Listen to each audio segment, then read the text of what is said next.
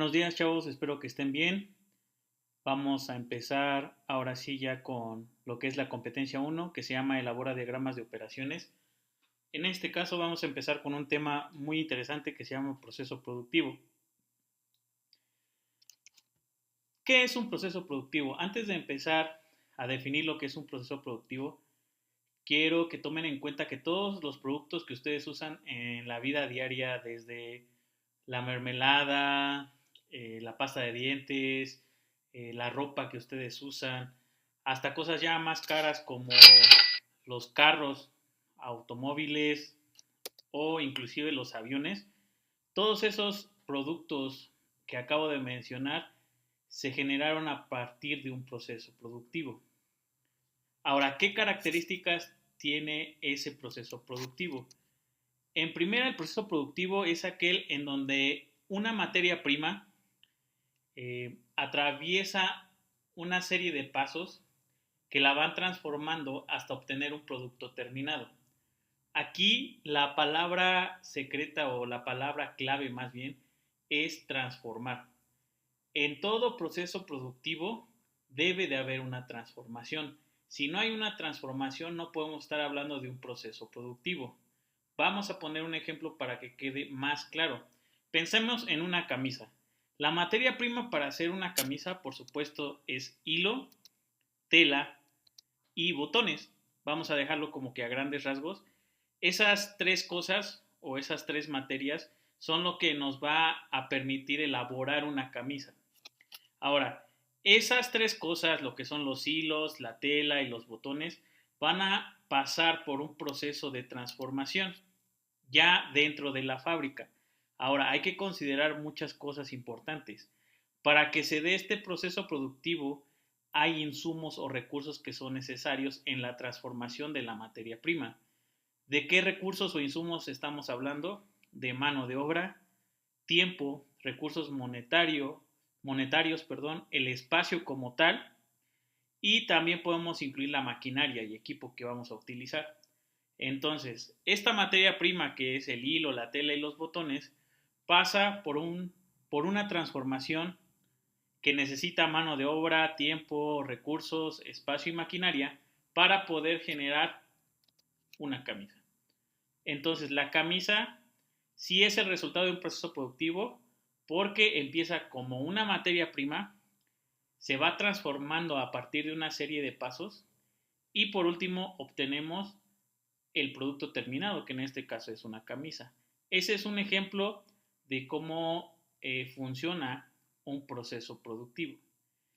Hay cosas que no tienen o que no se generan por un proceso productivo. Sí, por ejemplo, la fruta que compran en el súper o en el mercado no es un proceso productivo porque así como la cortan, así se las entregan a ustedes. Pero si esa fruta ya sufre una transformación, a lo mejor la envasan, la deshidratan o la hacen mermelada, eso sí ya es un proceso productivo. Entonces, sí hay cosas que no son procesos productivos, sí, pero ahorita en este semestre vamos a enfocarnos mucho al proceso de producción, chavos. Vamos a desarrollar en este submódulo las herramientas que nos van a permitir detallar un proceso y sobre todo ver qué oportunidades tenemos de mejorarlo. En los otros dos submódulos como tal van a empezar a ver cómo medir ese proceso. Y para medir ese proceso, nosotros tenemos un término que llamamos productividad. Ahora, regresando un poquito a lo del proceso que acabamos de ver, quedamos que teníamos ciertos insumos y esto nos va a ayudar un poco a explicar lo que es la productividad. ¿Qué insumos teníamos? Mano de obra. Para un proceso de fabricación nosotros necesitamos obreros que hagan el proceso de transformación. Necesitamos una maquinaria. Generalmente ya cuando hablamos de producción a gran escala necesitamos maquinaria, si no se está hablando de un proceso artesanal. Necesitamos dinero, por obvias razones, con qué pagarle a los operarios, con qué arreglar las máquinas. Y necesitamos espacio, que ya es, digamos, la fábrica como tal, el espacio que ocupa la fábrica. Pero el insumo más importante para nosotros en producción industrial es el tiempo. El tiempo es el que nos va a permitir medir el proceso. ¿Cómo medimos el proceso? Mediante la productividad. La productividad es una medida económica y su objetivo es medir qué tan eficiente es una fábrica, ¿vale? ¿Cómo podríamos manejar la productividad como en una fórmula? La productividad es lo producido sobre el total de insumos.